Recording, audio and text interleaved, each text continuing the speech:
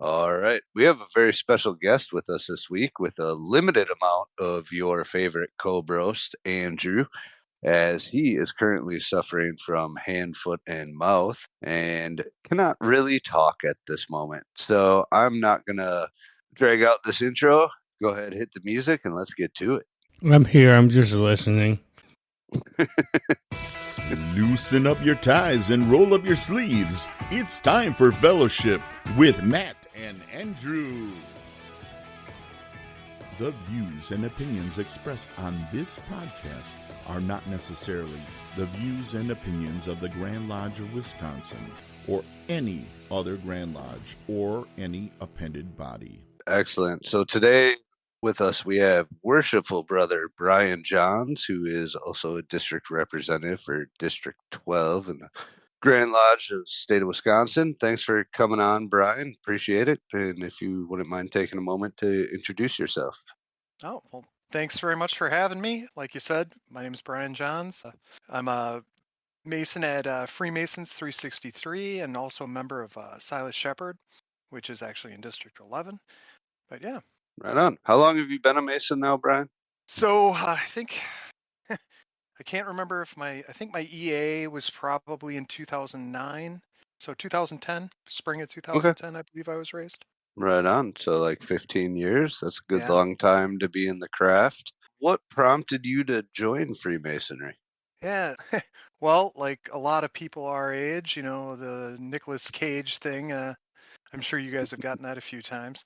But Oh, yeah. really what it was, I was doing some genealogy stuff. It's around here someplace. And I was getting pictures from my grandparents basically to try to kind of frame and, write underneath, caption them underneath on who everybody was. So eventually my kids would have that. Because, in grade school and stuff, everybody gets the genealogy project to fill out the family tree kind of thing. And I came across my great grandfather's obituary, and it listed him as a Mason and a 32nd degree in the Valley of Eau Claire. So he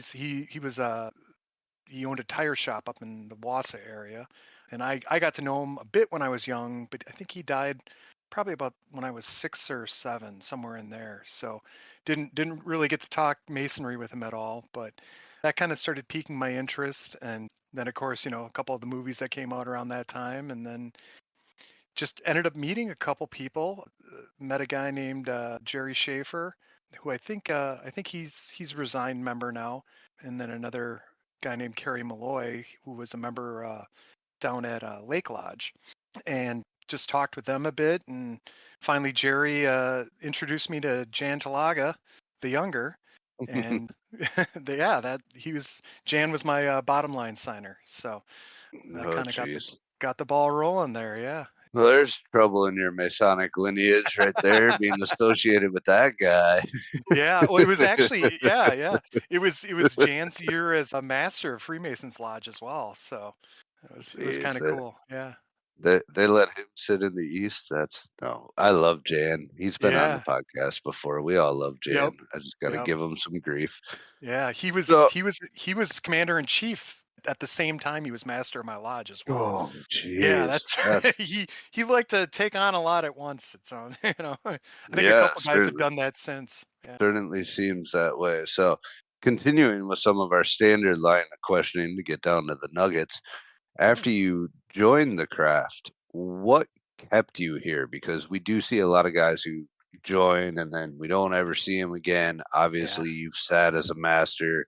You wear the purple now, stuff like that. So what kept you involved in the craft after you joined? Yeah, so it's probably a whole bunch of things. I was in my younger days, I was a Boy Scout, and I did my Eagle, and there's it's definitely not the same as Masonry, but it's kind of I would consider it a good introduction. And I don't think I'm the only one there, and at least in District 12 there's quite a few of us Eagle Scouts that are very active Masons these days. The other thing was, I showed up, I did my degrees, and as I was doing my degrees at that time, Freemasons Lodge was very active in doing degrees. So in between each one of my degrees, I had the opportunity to view other EAs when I was an EA, other FCs when I was an FC, and then other, of course, bunch of Master Masons degrees since then. So I kept showing up. They're like, yeah, come on, come this date, come this date. And so I just kept showing up, and then I just kind of kept doing that because I thought that's what we were supposed to do. I didn't know a lot of guys kind of just show up for their degrees, show up for one or two business meetings, and then you might see them once a year for the Christmas party kind of thing. Like, I didn't even realize that was a thing to do, which is probably a good thing. As I kept showing up and showing up, Worshipful Brother Jeff Day, when it was his time to be in the East at Freemasons Lodge, asked me if I would be the junior steward that year, and that just kind of kept me involved. It's I think that's been said in other organizations too. If you want people active and engaged, give them a job, right? Right. So I Right. think that was a big part of it. So Well, and that's something we've talked about at least a little bit on this show is keeping even your sideliners engaged, keeping your past mhm, masters engaged so that they feel like they're responsible for the growth and success of the lodge as well, because then, it's going to help lead you to more successful things. On the Boy Scout note, I feel like, I mean, I know Dave Reed, who's been on the show and stuff like that, and I may be misremembering something I read at some point, but weren't a couple of the founders of Boy Scouts of America, weren't they Freemasons? I would have to go back and look that up, but that does ring a bell. That feels like something I've read in the past, but I wouldn't be able to give you a quote or a name Right, right, specifically. It would certainly make sense though, because the organizations, the values, our virtues are very well aligned in both organizations. Their Boy Scouts, of course, are trying to take young, unruly boys, as we all were at one point in time, and give them some direction and give them a moral compass. And ultimately, that's what you know we do as Masons too. We take good men and make them better, as the catchphrase goes. But when you get down to what that actually means, it's kind of agreeing to live by a code, right? Yeah. right. So I think there's probably quite a bit of overlap there. I was just gonna pull this question from Andrew that he typed in the chat here, but you kind of answered it already. But we can Yeah. dive down this rabbit hole maybe a little bit more. What did you learn from scouting that you've brought into Freemasonry? Yeah. I didn't read that until you mentioned it, but yeah, basically what I just kind of said there. It's trying to be a better person yourself. So not only can you be a leader of men, but you can make your communities better doing it. In Boy Scouts, there's of course quite a few service opportunities, and in order to get your Eagle, there's quite a large Eagle project, which is a service project for some organization or religious institution or something like that. But it's supposed to be in your community, and I think Masonry, that's kind of what we do too. We first try to make ourselves better, and then if we've got some free time, we volunteer at food kitchens or try to raise money for worthy causes in our communities. And I think the idea behind that is starting at the individual level and trying to make an impact in your community. If you've got enough men throughout the world that do that, it in fact makes the world a better place. Well, no, and I would very much so agree with you there. I've always been one of the mind of you have to make sure your own house is in order before you can help other people, right? Whether that Yep. mean, you're in a good financial place where you can donate money to stuff, or you're in a good mental space and time space where you can go give your time to your community, you know, it's you have to take care of yourself first to get Mhm. to the point where you can actually help other people, right? Yeah. It's the put your oxygen mask on first before helping others kind of thing. Right, right, Yeah. exactly. Make sure you can hold your own head above water, right? Yeah. Yep. Yeah. So that's interesting. I do always find the link between scouting and then even like the military aspect of masonry, and why men that have been part of both organizations are drawn to our organization, whether it be because it's almost a continuation of the values, or a continuation of the brotherhood that they experienced, all those kinds of things. And, we do see a lot of that overlap. We have a lot of veterans, we have a lot of Mhm. scouts, whether they ever made it to their eagle or not. I Yep. unfortunately, when I was a kid, I was part of a den that wasn't all that great, so I kind Sure. of gave up early on. But Well, and just like masonry too, everybody, as you're going through your own path in life, you've got your own priorities, and everyone's getting pulled in different directions. Your family, depending on where you are at your age, if you got kids, that sort of stuff. But yeah, it's my son actually got his eagle about a year ago, a little over a year ago, oh, right and on. yeah, and so my kids have asked me before too. My daughter is a Girl Scout. Girl Scouts is a little bit different. Instead of like one big Eagle project, they actually have three. They've got a bronze, a silver, and a gold award. And that gold award is Mm, really kind of the same level as an Eagle project. So my daughter's currently working on her gold project, and so my kids have asked me, and they're like, oh, what is masonry, like, where are you going all the time, what are you doing? And right. I've told them I've actually used that before. I've said, it's a lot like scouts, just without the camping. But if you found a bunch of guys that like to go camping, we could make that happen Right, in masonry as well. right. A good little Masonic camping event. Yeah, That could be actually kind of fun, yeah. right? All right. So we're gonna switch gears a little bit here, and I'm gonna take this question from Andrew. You have a lot of time spent serving the district. You've been what, a DR for 5 years now? No, no, no, no. I think this is my third year. Really? Yeah, Okay, I thought it yeah, was longer. Holy yeah. cow! So let's see. John Schrader was a district representative, and he moved over to be the district lecturer.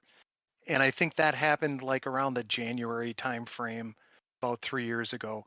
So Gotcha. I didn't really know what my job was yet, so I didn't do much between that January and the annual communication in June. But Right. really, once I went to annual communication, I was installed as DR. That's kind of when I started visiting a bunch of lodges and really kind of doing the work required for that position. So yeah, that's just 3 years ago now. Okay. Gotcha. I had missed one person in between there. I thought when Jeremy Koss had moved up to DD was when you had come in. So that's No, yeah, that's that's my mistake there. Thank not a you. problem. I didn't remember seeing John as a DR, so I do. John's a scout too, isn't he? He is, yeah. He's an Eagle Scout as Yeah, well, yeah. and I both of thought both so. of his sons. Yeah, yeah. In Right. fact, my lodge was one of a handful. There might have been three or more lodges that donated some money to one of his son's Eagle projects. They built a dog kind of exercise park You at one of the remember that. dog yeah one of the dog friendly parks over in West Dallas. They've got some like obstacle course type things and stuff like that. So yeah, Right on. John is very involved in scouting. In fact, in scouting there's something called the wood badge, and I'm not going to be able to do this thing justice trying to explain it, but really I think it's maybe 3 or 4 weekends that guys get together, and it's really like a leadership seminar done over multiple days. And John actually he got tapped to be the guy that runs that entire thing for, I think, Oh the wow. Aurora district, which is kind of matches up with District 12 as far as Gotcha. masonry goes. So when that happened, that's kind of when he stepped aside from being the district lecturer, and Jason Groves took over for him. Gotcha. Yeah. Gotcha. Okay, so headed back to our question. You've Yeah. been a DR for a while now. What things do you love that we do in our district, and what would you like to see improve? Yeah. So Ooh. it's a good question actually, because it allows us to kind of talk up our area a little bit. We're in Wisconsin. We're kind of unique. I mean, every district I'm sure has their own unique things, but Mhm. in District 12, being the politan area of southeastern Wisconsin, basically where most of the population of the state is located, we've got more lodges than most districts. Also, our lodges tend to be one heck of a lot closer because even though we've got the biggest population, Milwaukee County is not a very big county. I'm originally from Wausau, and if you look at the map of the counties of Wisconsin, that one's like this big, and then you got Milwaukee, which Right. is kind of a little sliver over here. So that we get that benefit because it's very easy for us to, hop to every lodge in our district, you know, depending on where you live. I pretty probably wherever you live in Milwaukee County, you can get to any other lodge in Milwaukee County in about 45 minutes, even with traffic. Right. So that's one of those nice benefits we've got. I know I've talked to some DRs and some district deputies kind of up in the Northwoods, and those guys drive 2 hours, each way to try to make lodge visits and stuff like that. So because of that, I think a lot of our lodges are perhaps closer, and honestly, I'm speaking as always living in this area, and the entire time I've been a Mason, I've been in this area. So I don't quite know, but I would assume that, and seeing all the activities that we do together, our lodges tend to be, we get a lot more crossover. People do take that opportunity to visit other lodges, and that's great because we get to meet, guys that we would have never met before because they're, South Shore Lodge or something like that. So I think that's really cool. Another thing that I'm always happy to see is just the amount of really cool events that all of our lodges decide to put on, even if it's one off one year, but I'm talking mostly about the ones that are kind of every year. Your lodge, Lake Lodge, has what? You guys have 4 of those at least that you do pretty much every year? I think we're around 4. We got Burns, we got the breakfast with Santa, we got spaghetti dinner, the Yeah. soup cook-off. Yep. Lux Golf seems like it may become like a yearly thing. We're doing it Yeah. again this year, so yeah. Yeah, and you were doing the axe throwing for a bit, and Yeah, no, we still got yeah, axe throwing going on too. Yeah, so yeah, and we're pushing you the know, realms of like 6. Yeah. yep, yep. And then my lodge, at least over the past 5 or so years, we've kind of been known for our large table lodge that we do sometime around Veterans Day. I think we're shooting for sometime not on Veterans Day, but kind of the week surrounding, where we do a formal table lodge. Everybody, it's black suits or better kind of thing. All the officers are in Right. tuxes. And the last few years, our masters have kind of made it more fun. One year, our master had everybody wear a hat, so a lot of the guys that showed up for the table lodge wore the hat that they were installed with when they were a Mm. master of their lodge. Oh, that's I, fun. I know one of our brothers, it turns out his great great grandfather, I'm probably messing that up, but something along those lines, was actually one of the governors of the state of Wisconsin, and he wore his top hat that he was sworn in as governor of the Wow. state of Wisconsin. Yeah, yeah, it was pretty cool. Another year we did bow ties, and or not specifically bow ties. It was wear a tie that had some meaning. You had to be able to tell some sort of story about it. So it just kind of made it a fun thing. But other lodges, like Hayes, they've got several events during the crawfish boil. They've got the Shed Red Lodge. Lodge, and a couple other things. There's just some cool stuff happening in our little corner of the state. South Shore's got they always do this not breakfast. It's kind of like a meet Santa type thing around Christmas. Yep. They're real involved in that, and a couple other really cool events during the year. It's it's neat because it gives anybody who's kind of on the fence about traveling and visiting other lodges, it's a ready-made excuse, right? Right. It's not just a business meeting or anything like that. It's I'm going to go do a fun thing, right? And that's cool. I like that, and I'm sure lots of other districts in our state and other states they do very very similar things. But I think it's even easier here just because of the proximity that we've got. Yeah, Yeah, no, the proximity does make it a lot easier, and to use one of my favorite catch lines of Worshipful Brother Miguel from down at Kenosha, District 12 really seems to be cooking with Crisco. We kind of got it going on. A lot of events going, and we're rolling right along. I know Yeah. you're out there doing your travels all the time and stuff, and so you get to see a lot of it. I would actually consider you one of the better traveled Masons in the district, honestly. Yeah. Excuse me there. So Yeah. then, so, oh, go ahead. Oh no, yeah, we'll see what happens. Our newest district representative is so far kicking my butt this year. So John has been on a war path, man. That guy's gonna. I bet you when we write down all the places he's visited at the end of the year, the end of his first year here, he'll be able to fill up that District 12 passport 3 or 4 times over, which is really cool to see. It's Right. yeah, I mean, that makes it easy for us to go too. You know, everybody having all these cool events and stuff like that, and these meetings. And I'm noticing a lot of lodges not they maybe still technically go dark in the July and August timeframe, but then in place of maybe a business meeting, they're having a cookout. I think George Washington usually does something like that. We'll see what happens this year with potentially moving to a different location, but yeah, that makes it easy and fun to travel, which I think is just wonderful. Right. Well, it keeps it exciting. And, to touch on John for a second, I mean, I probably would have considered him the most well-traveled Mason Yeah, in the district prior to him becoming a district representative. So, yeah, no surprise there that he is just getting after it after yeah, becoming a district representative. yeah. So, to the second part of the question, what do you think the lodges in District 12 could improve upon?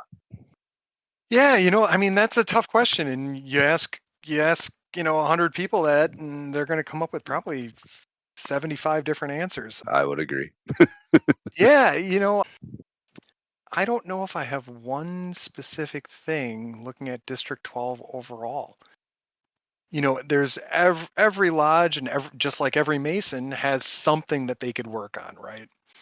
And if we take it down just to individual Masons, maybe listening to your podcast here, this is a good time to say, hey, take a look at yourself and go pick one. You guys did this on your podcast maybe a year ago or something, where you guys said, hey, let's find one thing I can work on, and I'm going to do that for the next, what was it, 30 days or something like that.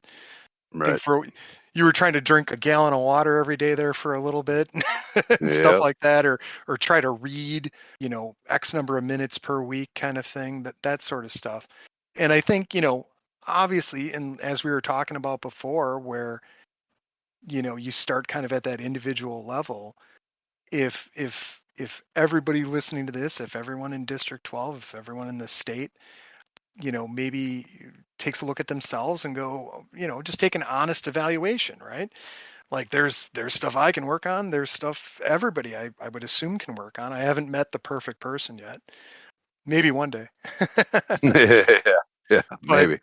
yeah. But I think if you start kind of at that level, and I think honestly, I'm speaking for myself here, but I'm sure I'm not the only one rowing this boat, studying our ritual, trying to pick one thing, commit that to memory, if it's a lecture, if it's a part in a degree, something like that. Just sit down on your own time without being told by your master, hey, I'm your senior deacon in 2 months or next week or whatever it happens to be. Pick something that you think you're interested in, because I think, and that's got extra benefits too, of until you've kind of read through the ritual 10 times for some people, 100 times for others, you don't tend to understand it quite as well, and you don't maybe notice how beautiful quite a lot of it is. So, if every Mason in the state takes it upon themselves to learn one thing there, I think you make your lodge stronger at that point, right? It keeps it on your mind, and I think that's something you guys had discussed as well, that dedicate 10 minutes a day kind of thing to it, or an hour a week or whatever it happens to be. At least you're keeping Masonry kind of in the front of your brain then. And I think you get added benefits from that in your day-to-day life, that makes you a kinder person perhaps when driving on the street and in traffic where you would ordinarily maybe be making some hand gestures. that that sort of stuff. So I think, every district could benefit from stronger Masons within their district.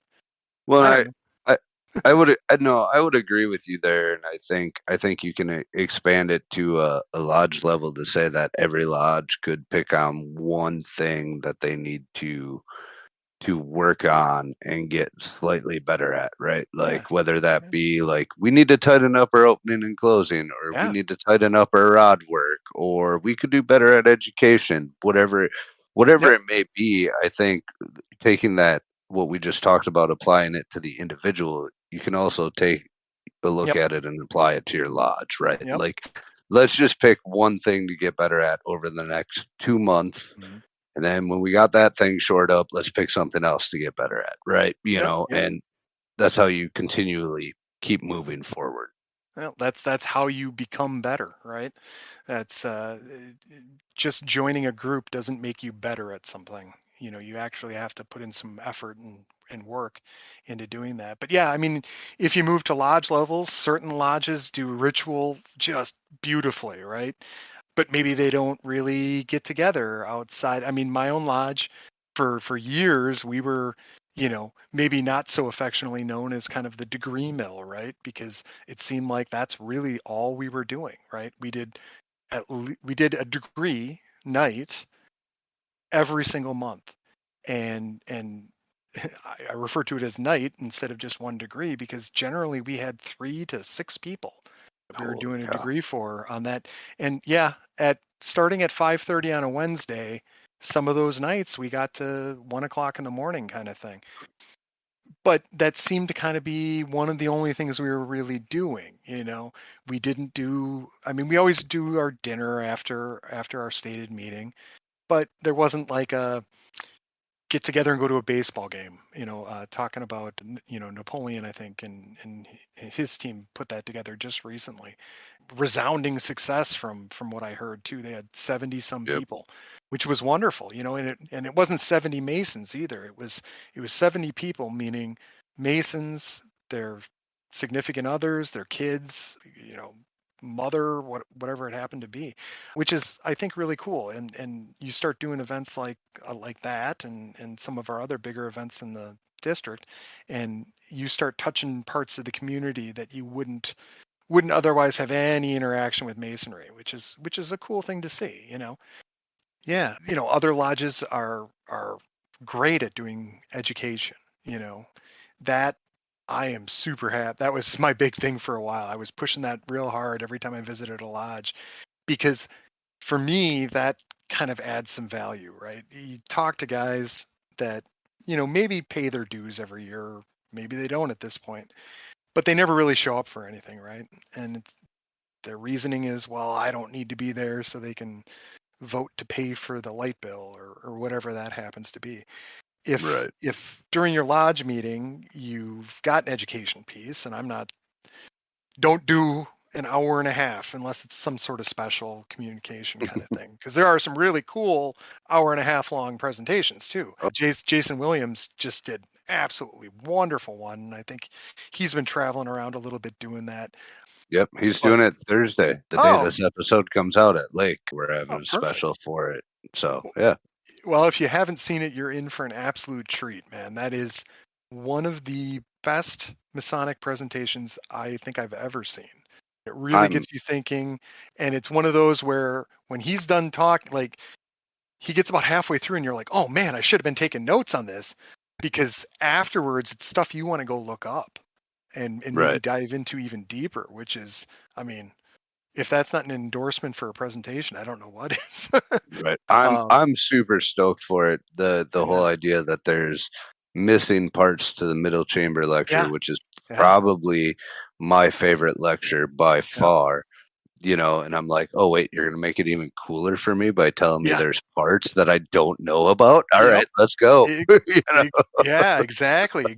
And that's something personally I've kind of thought about in the past, because as we're going through our degrees and maybe memorizing lectures and stuff like that, you're maybe not outright told, but there's certain bits of the ritual or certain comments that maybe some older Masons will tell you. Everybody's heard the line, "This is the same degree that George Washington went through," and that makes it kind of cool, right? Because it's something that's just lasted the test of time. But there's an asterisk there, right? Because some of that stuff has changed a bit. Stuff's been condensed a little bit here and maybe expanded in some other areas. And that's actually, I won't ruin Jason's thing, but that's some of what he's going to touch on, which is, it's kind of cool. And it makes you want to, when you're done listening to him, you'll go, okay, now I need every copy since 1780 till now, and let's look at what changed and where, and maybe there's an explanation to why, and then you Right. go down that rabbit hole, and you end up with my stack. You can't see it, but I've got just a pile of Masonic related books. This is the only one I got close. This is Alan Iding's Forward Freemasonry, which is a Right. big 2-volume set. I've only just breached, but yeah, you start kind of digging into that stuff, and that can be really fun too. Boy, I forgot where we started. I am king of tangents. You're all good. So I actually, it's kind of to our point that we're just sort of on, is I recently started reading the Hiram Key. okay. And right away in the beginning of it, they're talking about certain aspects of ritual, and I'm sitting there going, whoa, whatever jurisdiction they're in, which I still need to look up where these gentlemen were from, but they're talking about like stuff that I'm like, wow, whatever jurisdiction this is goes way deeper into certain things than we do when they're presenting it. And like, I already like learned something, just like, the rest of the book is so far questionable and stands on shaky grounds a little bit, but that part was fascinating so far. Yeah, I've read quite a few of those, or started to read, some of them, and it's almost like these guys really wanted to read about, and maybe that was the time period when these things came out too, because for a while I believe I've read or heard from other people that if you could tie it in with Masonry somehow, that you're more likely to sell a bunch of copies of that kind of stuff, because people were super interested in getting our secrets, and that extends to today. I mean, you take a look at the Freemasonry sub on Reddit, and I think there was 2 posts today about that. But I think there are a bunch of those guys, and some of those authors. Hall is one of them too, where he wrote about Masonry 10 years or something before he was ever a Mason, where who knows exactly why they were trying to tie it in with that, but it was other stuff like Rosicrucianism or Theosophy or something else, and then they were trying to line up even stuff that maybe didn't quite fit with Masonry.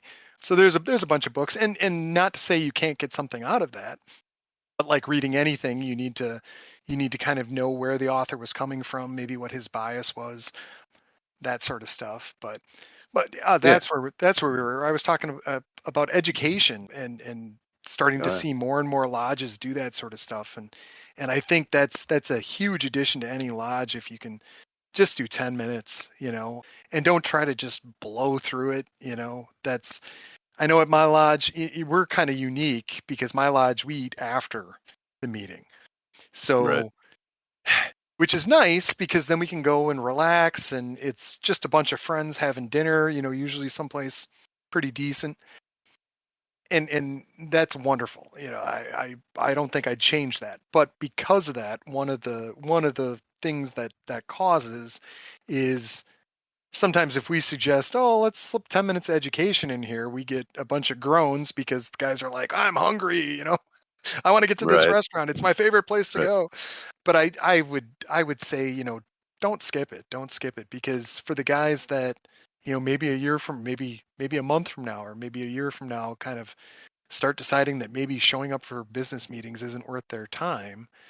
If you're adding some value there with some education, maybe you'll get those guys to hang on. Maybe they'll show up. That'll be the thing that they show up for.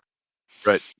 Yeah. No, And I'm with you 100% on that. I was actually going to bring that up as a talking point, and you just touched on it. Was, how do we add value to our stated meetings so Yeah. that it's not just paying the bills? And one of the big pushes that I've enjoyed seeing is the idea of moving education to the front of the Yeah. meeting. So you Yeah. don't just go, we ran a little bit long on business, so we're going to cut Yeah. education tonight, Cut it right? out. Yeah. Well, This way. Go ahead. Sorry. oh, no, sorry. Yeah, no, I like you guys. I think have talked about it on the podcast a bit, and I've seen it in action when I've come down and visited your lodge. But it's the idea of making decisions in committees before, after, whenever, outside of the stated meeting. So, and not maybe bringing stuff to the floor until you know that the membership is going to be happy with it, kind of thing. Right. I know Andrew made a point of talking about that at least once in at least one of the podcasts, where yes, I mean the membership in your lodge has to agree on whatever, but but you don't have to maybe discuss it every single time. You set up a committee of a couple of guys that everybody trusts. You take care of that sort of business outside of lodge, and then you just vote on it during lodge. And as long as your committee members are people that are transparent, open, honest, good brothers that other people in your lodge trust, that can shorten a meeting down considerably. Right. Right. Well, Uh, that's the whole point of having committees, right? Is yep. so Yep. your business meeting doesn't look like a committee meeting. Yeah. You shouldn't Yep. be discussing who from the committee is going to go do the grocery shopping during your business meeting. Yep. That's what the Yep. committee meeting's for, right? Yep.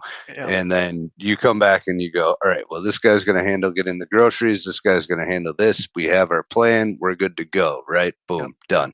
That's your report to the lodge. You're not having Yep. a 20-minute discussion trying to hash that out in an open lodge where Yep. everybody's going, you guys could Yeah. have done this over a text thread, right? Yeah, exactly. Well, and it's on the master too. You guys are lucky. You've had strong masters for a couple years. When I was in the East, man, I was a deer in headlights. Unfortunately, there's a lot of things I would do differently. And I'm sure every master who's gone through that Oh, yeah. chair has said, "Man, there's some things I would have done differently." Yep. I don't know. I wouldn't say I was too young. I mean, what was that, 18? So I would have been, 37, 38, something like that. So it's stuff I should have been able to handle, but maybe I wasn't comfortable enough to disagree with other people. Openly. And sometimes that's what a master needs to do, like we were just talking about. If stuff starts getting really into the weeds during a stated meeting, the master needs to use that gavel and say, okay, hey, you three, figure it out outside of here and get back to us next month, Right. No, Yeah. you actually bring up a very interesting point about leadership there in general, and that is the ability to disagree with people, Yeah. because you can't always go, yeah, that's fine, I guess, blah blah blah. Like you have to have the fortitude to, say, wait a minute, I think maybe we could do this a different way that would be better, or whatnot, whatever the situation requires. But yeah, I think that's a very important skill that gets developed over time, is the Yeah. ability to disagree with people, especially in like a civil manner, right? We Yep. always want it to be, civil and respectful when Yep. we do have to have those, but Mhm. yeah, you have to be able to stand up for, if you're like, maybe we shouldn't be doing it this way, right? Yeah. Yeah. Well, and So it's a fine line too between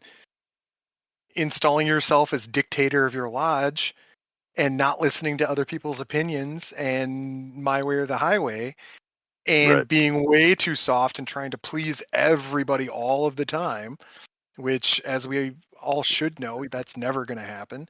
You need to find that line of, as a master, of having a clear vision for your year in the East and the goals that you want, while being open to suggestions from your membership, but then sometimes just making the call because it's your vision for the year. and good or bad, whatever the outcome of that happens to be, you own it, but a decision was made and you go forward. But you got to be able to take that feedback from people and suggestions, and other members of your lodge will be really good at some other things, perhaps, and that input would be valuable. So yeah, that's a Right. tightrope, man. Yeah.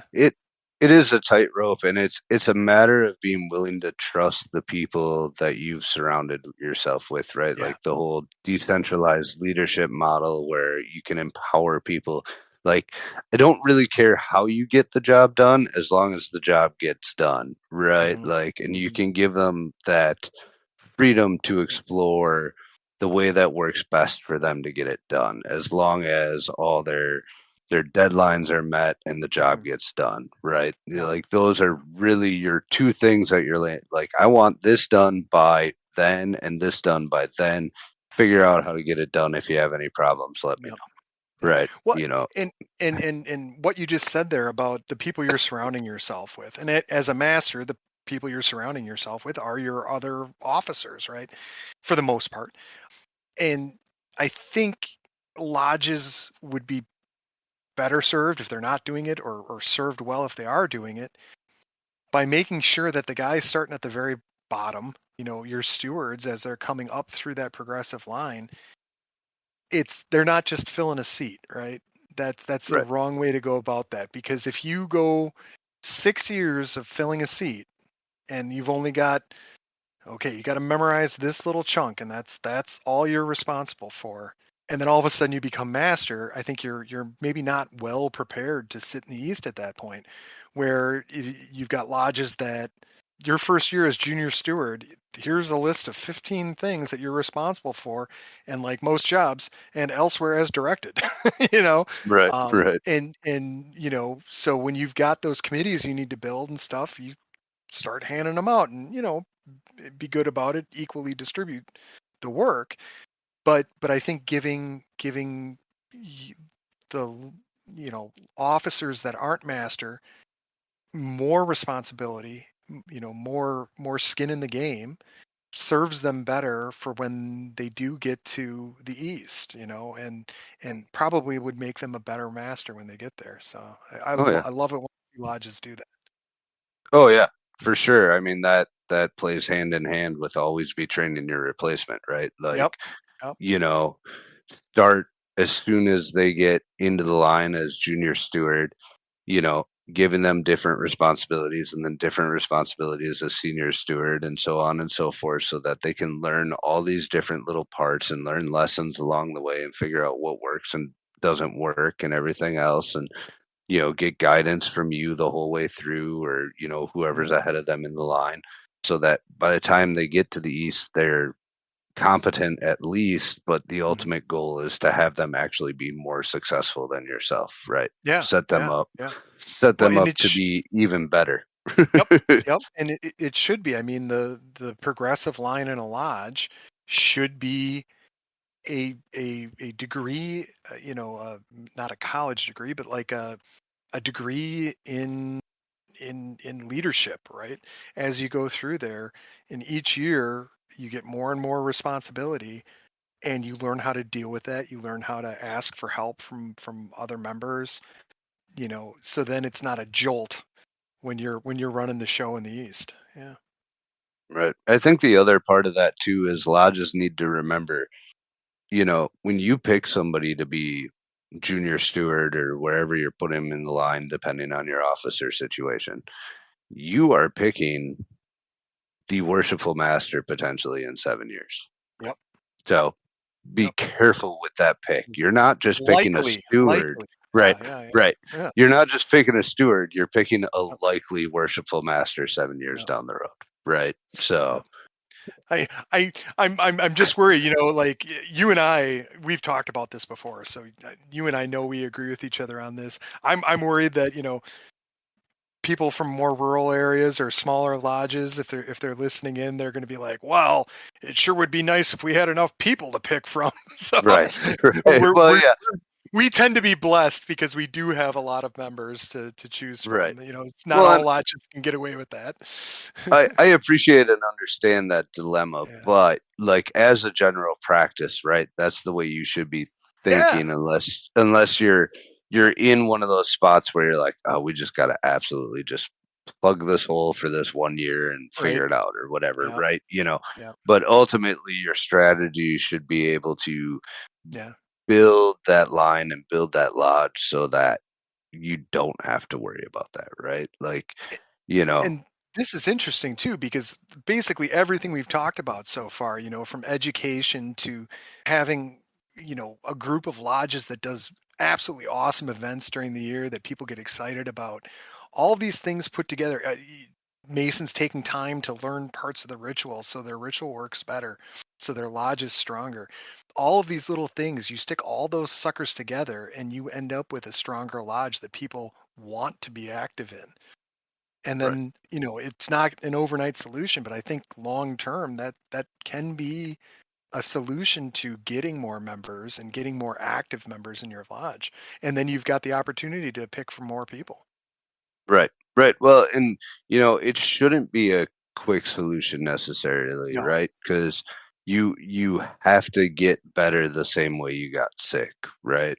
Mm, So if you have noticed declining membership over the last 10 years, don't necessarily expect tomorrow you're gonna suddenly have a net gain, right? yeah. It Well, there's it, not a it it's silver bullet. Yeah. right, right. It's probably going to take you 5 to 10 years to build back to that point Sure. once you Sure. start doing all those kinds of things and Yep. once you get more people back in the room, right? Hmm. It's a snowball effect.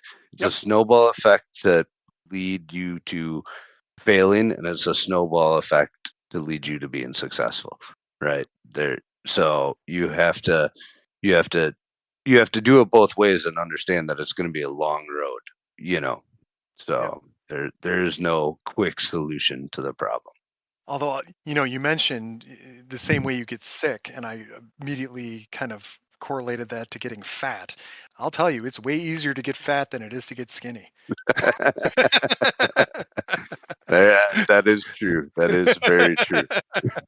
I will I will agree with that. Who's as someone who's currently on a weight loss journey, yes, I will agree with aren't none of us are members of Damascus, right? So all of us are on a weight loss journey, right?